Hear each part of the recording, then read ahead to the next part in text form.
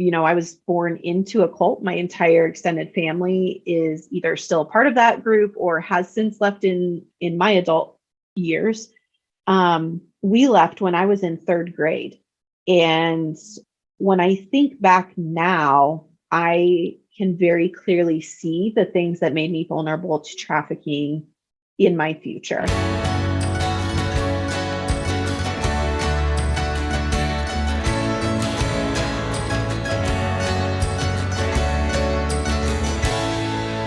An incredibly important overlap can exist between cults and human trafficking that is oftentimes missed by individuals as well as within the professional world.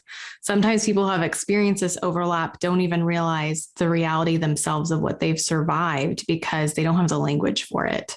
And the professional world can be unaware as well. For example, support professionals have not necessarily been trained to ask questions surrounding trafficking when they meet an individual who has suffered cult abuse. This can be a major oversight in the person's healing process. Because of this, we've invited Megan Lundstrom to join us for a conversation about this topic in hopes of increasing awareness around this issue. Megan is the co-founder and chief executive officer of the Avery Center. The Avery Center, formerly Free Our Girls, was founded in 2014 to address the gap in direct services for adults experiencing commercial sex trafficking in northern Colorado and across the United States. So, Megan, to get us started, would you mind sharing a bit about your personal story and how the Avery Center came to be? Yeah, sure. Really, the Avery Center grew out of my own lived experiences. I was trafficked as a young adult for about 5 years. And during that time was not ever, screened or identified as a victim. And therefore, like, just as you mentioned, like, I didn't have language around the things that I had gone through. And so it wasn't until after exiting and starting my own healing journey that I stumbled across kind of the intersection of cult behavior and cult characteristics. And what I had gone through. And that was really where I started to gain some language around my own experiences. And then that has kind of grown into research and services here at the Avery Center, because we see this so commonly with individuals who are experiencing exploitation. Absolutely. Thank you. Would you please define human trafficking for us, including the various forms of trafficking, just for those who aren't very familiar? Sure. So here in the United States, we divide human trafficking into kind of two big categories: labor trafficking and sex trafficking. It's one of those things where people ask, how often is this happening? How many people are impacted? And as a researcher, I wish that I had an easy answer to that. What we know, generally speaking, is that labor trafficking probably happens more frequently than sex trafficking. Sex trafficking is significantly more profitable. And so those are kind of the high level things. But human trafficking can be defined as, we use something called the AMP model. So AMP, ACT means purpose. And so the Trafficking Victims Protection Act, which was first passed in 2000, outlines this ACT means and purpose definition. So there's an act can be, recruiting, harboring, transporting, or obtaining, using, so the means, force, fraud, and coercion for the purpose of slavery, labor exploitation, or sexual services. So that's kind of the broad definition of human trafficking. Mm-hmm. Yeah. And I hope that's helpful, again, for people who hear this term and maybe are so removed from the reality of it that sometimes they're not as removed as they think, which is really why we're having this conversation. Just hearing you speak, it makes me think of so many group experiences that I've been told about where for sure labor trafficking was going on, but it's such a part of the culture of the group that they would never use that term. It's just not on their radar at all. It's like, well, that's just what we did. That's how it worked. Yeah, absolutely. And when you think about, how do you define like a cultic or high demand group? One of the characteristics is working excessive hours. And when you're doing it within that context of a community or a family or for, this purpose or a greater good, and that's normalized in that, like you said, like we just did that. Like I didn't realize that I was actually working, 18 or 20 hours a day without a break, 7 days a week. So very easy to not see it when it's happening to you or somebody close to you. Right. And there can be an age concern too, of course, where it's, oh, well, this is just what the youth do. They're homeschooled, and within the homeschool context, there's less of a requirement on hours spent. And so it's like, oh, we do something for a short period of time, or we make school and work kind of overlap, like they relate. And so all of a sudden we have kiddos who are actually working all day and are learning and growing in other ways. Absolutely. I think one of the biggest places that, labor exploitation is hidden in, and sexual exploitation too, is within domestic settings, right? So within households, because we don't as a society really define what domestic labor looks like. And unpaid labor. So whether that's, a partner that doesn't work outside of the home, or children that take on a lot of the labor to run the operations of a home, it's a place that it can happen very easily. Mm-hmm. So I'd like to define cult as well for this conversation, just because that word can be so confusing for people. There's so many definitions out there. So for the context of this conversation, how are you defining cult for people? Yeah. Oh man. Well, just for full disclosure, I am not a cult expert. I originally found the 15 cult characteristics that were defined by Dr. Lalick and Dr. Langoni. And we've been adapting a lot of our curriculum here at the Avery Center to fall under the BITE model, which was developed by Steve Hassan. I hope I'm saying his name right. So when I'm looking at that, I'm looking beyond, because I think, we think cult and we kind of think of it's this woo-woo religious group and that's it. Or we all kind of have this preconceived notion of what a cult looks like. But I think it's really important to recognize, and I kind of use cult and high demand group interchangeably, because a cult can be 2 or 3 people. It can look from the outside like an intimate partnership or a business operation. It can look a lot of different ways. So I don't know that that's actually very helpful in my answer of how I define it, but I think it is hard to define specifically what it looks like, but keeping in mind kind of these bigger characteristics that are typically present. Yes. And we will link some of those in the show notes, as well as examples for people. If this is someone's first episode with us, the BITE model might be new. If anyone spent any time with us, we've referred to it before, but even as a refresher for people, we're looking at, or do you mind giving kind of just a quick overview of what are those 4 components we're looking at? Oh, I feel like I'm on a pop quiz today. So BITE, B-I-T-E. So behavior, information, thoughts, and emotional control. So those are kind of the 4 categories that these high demand groups, or even their leaders, all of their tactics and strategies typically fall under one of those categories. I always forget T. And it's funny, I saw you hesitate on T as well. I'm always which one is that? Because I think of information as thought, and thought as being so similar. Yeah. But if you look at the examples, which again, we'll attach a PDF to the show notes, there is an important distinction between the 2. But yeah, I always get tripped up on that one. What do you see as the connection between human trafficking and cults? Do you mind getting a little more into that? Yeah. So I can share a little bit about my own experience and how I stumbled across it. So first of all, I grew up in a religious cult. And so I had some level of context of what, cults look like, at least within the religious context. But, coming out of my trafficking situation, my late 20s, I was really struggling to find a way to help people understand, I was trafficked, and trafficking doesn't look like they say it does in the movies. It looks different than that, but I didn't know how to explain that to people that didn't have a frame of reference. And so I stumbled across, just the cult framework, because I had made a comment to a woman who had asked me, if you weren't chained up, why couldn't you just leave? So pretty typical, like victim blaming. Why didn't you just leave? Why didn't you say no? And I was like, I don't know. Like I'm in therapy trying to figure that out.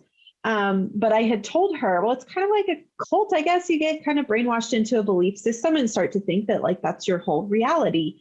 And so I ended up going home after that conversation and Googling cult characteristics because I thought, I wonder if this would help people at least have some type of parallel reference where they're like, oh, like we know that cults like don't necessarily like kidnap and abduct people. It's really this psychological manipulation that happens. And so sure enough, as I started going through those characteristics, I was like, I've experienced that and that and that and that, and I've seen this happen. And like this person has told me this has happened to them. So it all started to make sense. So I think like within the context of sex trafficking, when you have sex trafficking operations, those operations in themselves become kind of a cultic group. But I also think it's really important to kind of flip that and think about high demand groups also oftentimes both labor and sex traffic their members. And that's a core component of how they operate, how they generate income, how they maintain control over the people that are members in that group. Yes. And gosh, that victim shaming, I've countless times heard people say in relation to my own story, as well as other stories, how could you have believed that? Mm-hmm. And it's not, people aren't as exempt as they may want to believe that they are. Yeah, I think that's the thing that it's hard as humans to wrap our minds around how easily influenced we can be in the right environment, right? When we have this perfect storm of vulnerabilities or basic needs that need to be met, when we don't have really great connections within the community that offer us a lot of different perspectives, and we're only hearing one perspective of information. We are so easily influenced. And once you kind of start down that path, it can just snowball out of control until you get to this place where people are saying like, how could you believe that? And you're like, well, it didn't start with this end point, right? Like it was a series of small decisions or small amounts of information and small maneuvers by an abuser or a cult leader or a trafficker to get us to this place where like this final belief made sense. Mm-hmm. Yes. And I think of certain groups where they don't even know, for example, if we're thinking about like a religious cult, religious context where, like they don't say, oh, this person, we believe them to be a prophet. Like they don't even necessarily say that at first. You know, they start with the love bombing. They start with these like smaller twists, and then they shorten that gap. So then it's not too far of a leap when they drop that 6 months later, and you've already invested so much. Mm-hmm. Yeah, I think that's a big piece is, so my education background is in finance. And so there's the concept of sunk cost. And so when we've invested, not just financially, but emotionally and time-wise into a relationship or a group or a purpose, it's so hard for us to just cut our losses. And so we keep like rationalizing with ourselves, like, this just doesn't make too much sense, but like all of these things make a lot of sense. So I'm just going to excuse this thing and chalk it up, and, but maybe this will come true over time. And that sunk cost concept it's just humans. That's how we function. It's just so hard to cut it and walk away and be okay with that loss. In what ways have you seen a cult used as an environment for human trafficking? So more about as part of the cult's operations. Do you have some examples? Well, again, like I'm not a cult expert, but I will say like, from what I know of high demand groups, and I think like your description of like a homeschool situation where labor exploitation happens, I think a lot of groups rely on free or cheap labor. From a business perspective, labor is the most expensive part of running a business. And so when you have free or cheap labor, it's how you're able to undercut the competitor with your products and services because you don't have as much overhead. And so if you have a cultic group that is providing or creating products or services, and they're using free labor, like it treads this very, very fine line between like, I'm volunteering my time or I'm giving of my time to this group freely, to I'm experiencing exploitation, and this is a gross violation of human rights and labor laws and all of these things. So I think, honestly, I think that labor trafficking happens in a lot of cults. And I think, when we think of like historical groups, I forget which group it is, but they used flirty fishing. And that when you read what flirty fishing was, it was prostitution. So women were going out and soliciting men, and that's how they were recruiting more men into the group.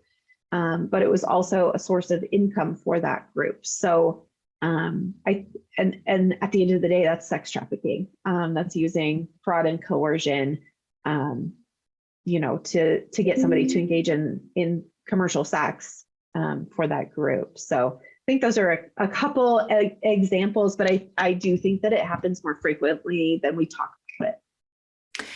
I agree. And when I hear your explanation, I even think of mainstream religious groups where there can be this, sometimes it's unspoken, but sometimes it's spoken. I've heard many stories where it is directly stated that if you're not volunteering, basically the equivalent of a full-time job, then you are not serving as you're supposed to. You're not sacrificing as you're supposed to. And that's volunteer. So you're not paid. I think of a story of one young woman whom I was able to work with, and she was required to do so much volunteer work that she wasn't able to even continue her degree. She was actually negative every month on her bills because she couldn't work enough hours at her daytime job. And when she's like, I have to make a change, she was told that she was going against God's will for her life if she did that. And I'm like, does that fall into this category of trafficking with this coercion that's at the center of it?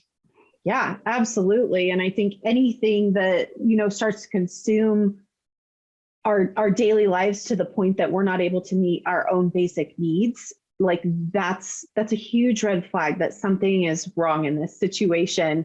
On a much smaller scale, as a public speaker, I've been contacted by different groups and asked to come speak. And sometimes I speak for free, and sometimes there's an honorarium that comes with that. And what I have found over time is there's a lot of groups that expect you to speak for free and to tell your entire trauma history with no compensation. And these groups, they're few and far between, but they leave such like a lasting impression in my mind, because they ask, well, why do you need money? Like, you should be doing this because you want other people to not experience these things. Like, yes, and I have children to feed and a roof to put over my head. And I do give so much of myself, but I get to choose when I give that. I shouldn't feel guilted into it or obligated to do that, or shamed into doing that. And I think it's very easy for those beliefs to kind of blow out of proportion to the point that, like your example, somebody is volunteering all of their time and they can't even meet their own basic needs. And cover their expenses every month. It's just unrealistic at that point. Yeah, unrealistic. And the shaming. Mm-hmm. You said this shame of, well, this is what you're supposed to do. You're supposed to want to help. And it's like, yeah, but like, you're right. At the end of the day, you're going to be homeless. I mean, that's not effective. You're not going to be available to serve anyone when you're trying to get your basic needs met. We don't have time for extras when we're trying to figure out where we're sleeping. So it just gets to the point where it's absurd. And for those who are listening or are thinking, well, that sounds extreme, this is happening.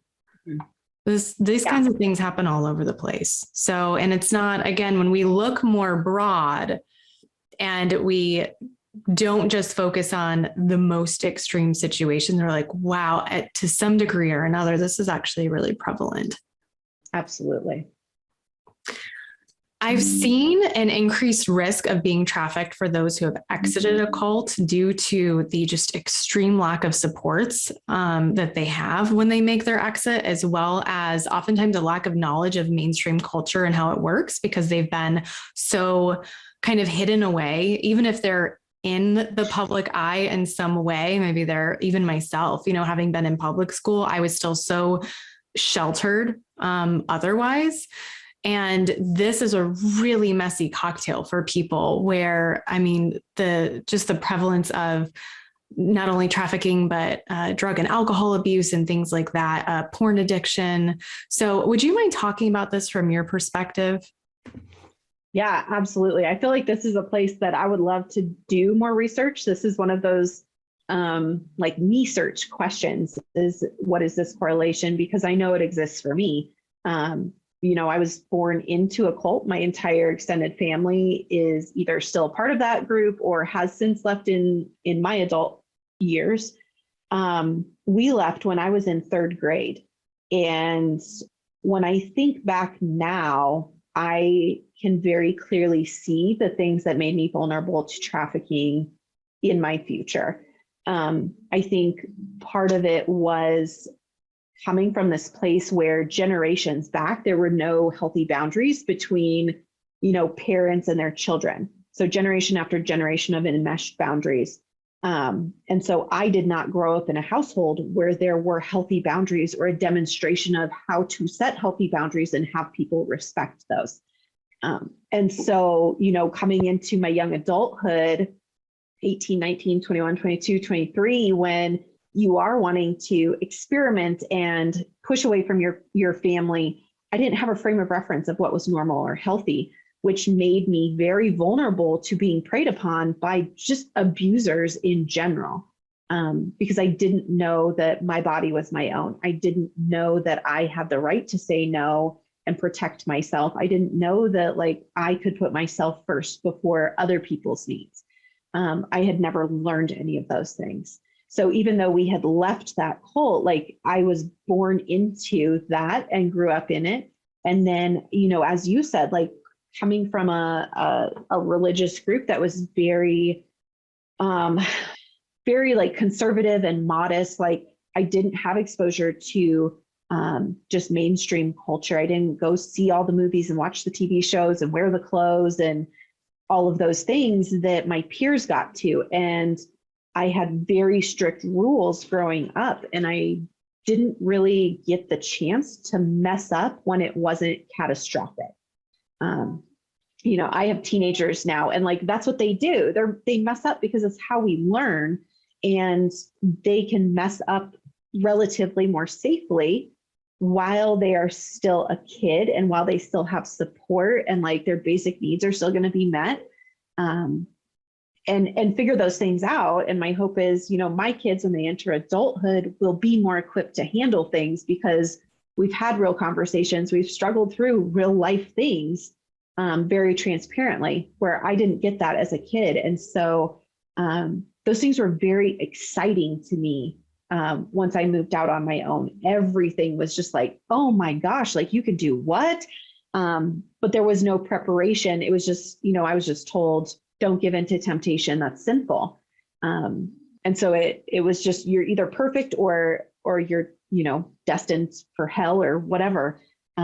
There was no you are going to face temptation, or you are going to experience these things, or you're going to feel uncomfortable in certain situations. And how are you going to deal with those things? Who are you going to reach out to for help? So I think those are some of the big things just personally, that I look at my childhood and I think through wow, that really set me up for grooming and recruiting into sex trafficking, because I just was so emotionally vulnerable in those ways. I wrote a post a few months ago, just from my own lived experience. It's probably the most vulnerable post I've written, and it overlaps with what you're talking about, where the message of your body's your own, that's not a thing. That was not a thing at all in my upbringing either. And I went through this transition period where I no longer had my my leadership voice because I was out. I wasn't fully, mentally and emotionally out, but I wasn't living with the group anymore. I wasn't like living according to all the rules and restrictions and things like that. And yet I still didn't know that I had autonomy. I didn't know that I had the power and the authority over my own self and my own body to make choices and make decisions. And so, I mean, I would say I'd say no, but I didn't even feel like I could really do that. And so there was no strength to it and there was no action on my part to go along with it. And I look back and I'm like, I wound up in so many situations and had all of these experiences that I never actually wanted.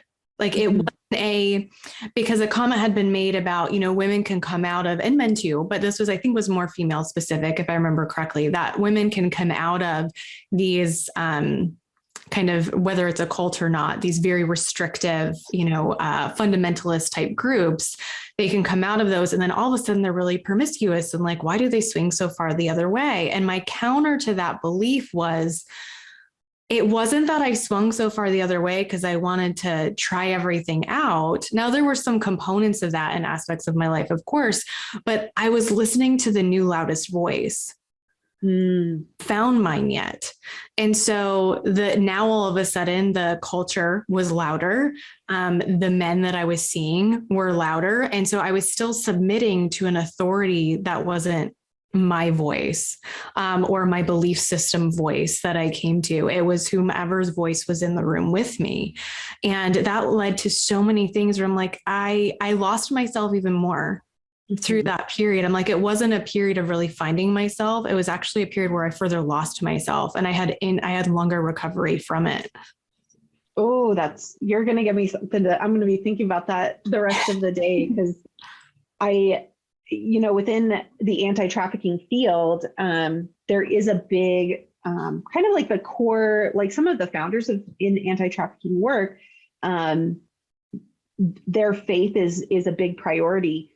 And I think over the last 20 years of this field developing, like there's still components of that I really struggle with because it comes back to this like purity component. So as a very simple example, a lot of residential programs have a requirement of like, you cannot have any intimate partners and you can't date, for the 2 years that you're here. And it's always kind of, I'm like, I'm not a therapist, so therapeutically, I'm sure there's a piece in there, but I think like we're just subscribing to this next belief system that is still meeting our basic needs, but we haven't really figured out what we want for ourselves. We're still being controlled. And to expect this level of purity, and that's just one example that's very easy to pick on. Are we teaching people how to make decisions for themselves, or we're just teaching them, to your point, to listen to the next voice of like, you need to be listening to this set of rules, not this set, but not giving people the opportunity to engage in the real world and figure out like, what is it that they want? How do they define comfort and safety and success and belonging? We're just telling them that this is what it's going to look like for you. Oh gosh. Yeah, absolutely. And I would think that these sorts of environments would be such a great opportunity for people to step out and start to figure those things out while having like a safe place to land and having a really great support system. And so if we're going to inhibit that learning process and that journey, then in 2 years when they leave, have they acquired any of those skills? Right. Because they're still at a higher risk for victimization in my mind. Yeah. That's always my concern is like, okay, but when you leave here, like you are going to be exposed to all of those things. And it's easy to think like, I'm not going to engage in this behavior or like engage in these types of relationships when they're not around you. But you haven't built up any skill set to deal with them because they will be around you. You will be exposed to those things. And you have to decide what you want to take part in and not. And you have the right to decide how that looks for you. Mm-hmm. Yeah. And it doesn't have to be scary. I think when we avoid it, it increases the fear response of what do I do with all of this? And coming from a cult background, there was so much of that to begin with. Yeah. It takes a long time to start to shut down that response anyhow. And so any support we can give in empowering people of what they can do with their voice. Yeah, absolutely. Well, my final question for you. So as the founder of the Avery Center, what do you think, this is a big one. What do you think we can do about these significant concerns? Like, what is the Avery Center doing right now? And what are maybe some dreams and some vision that you have to make a difference in this area? Yeah, well, so what we're doing right now, the Avery Center has 4 departments.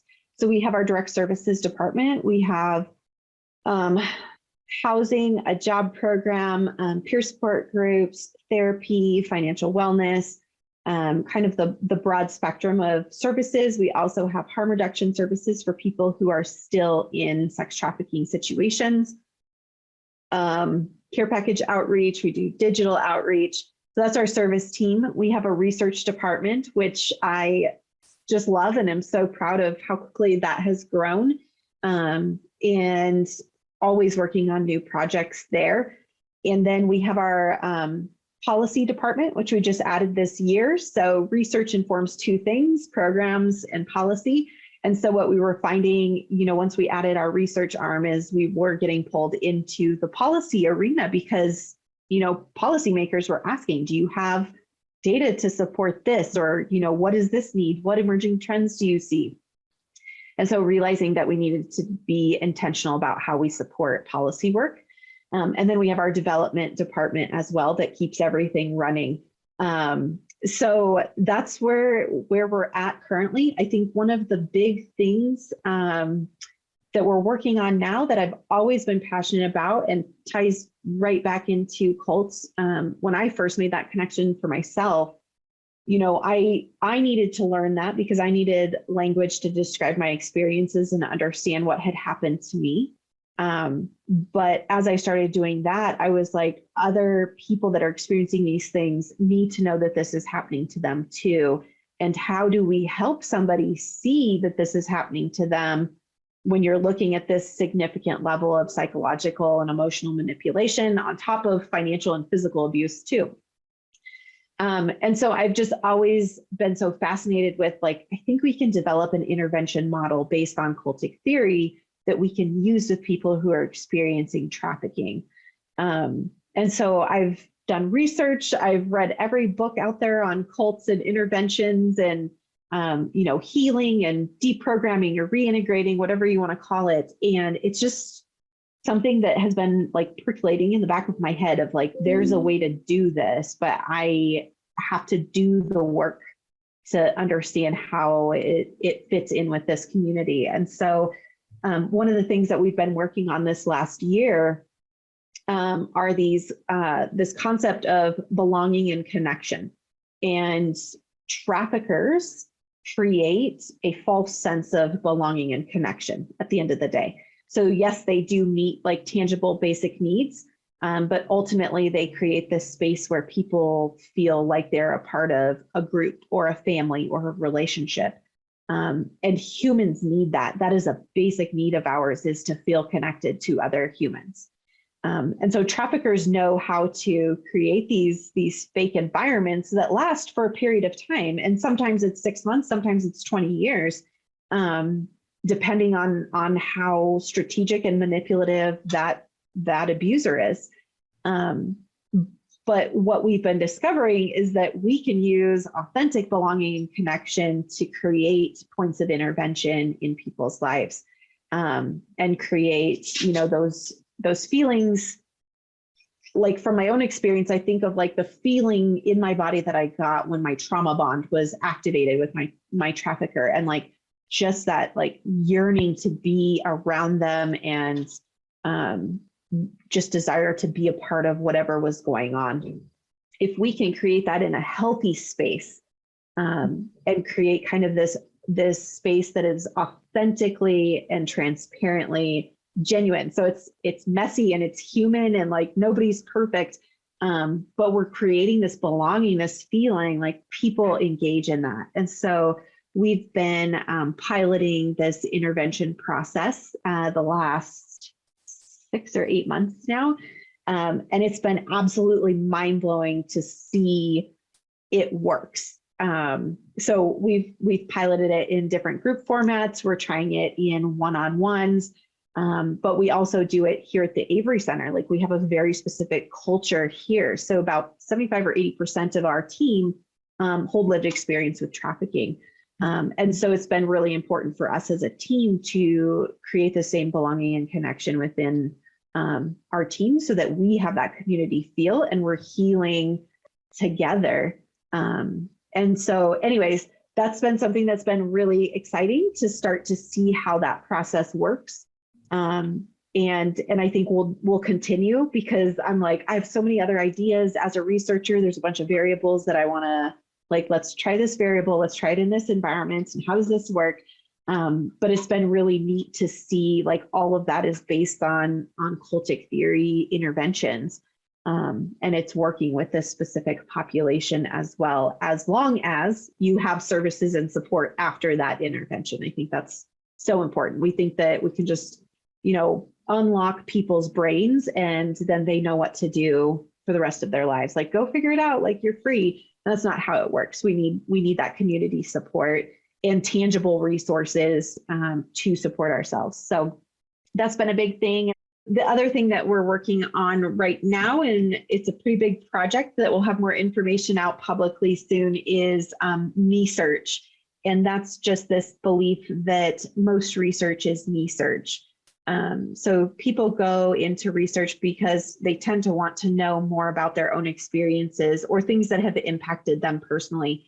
And we see that with survivors. And so not only kind of branching out into, like, survivors can do direct service, but we can also do a lot of other things, right? Like, we can do anything. And one of those things is research. We can go into research, and survivors are fantastic researchers.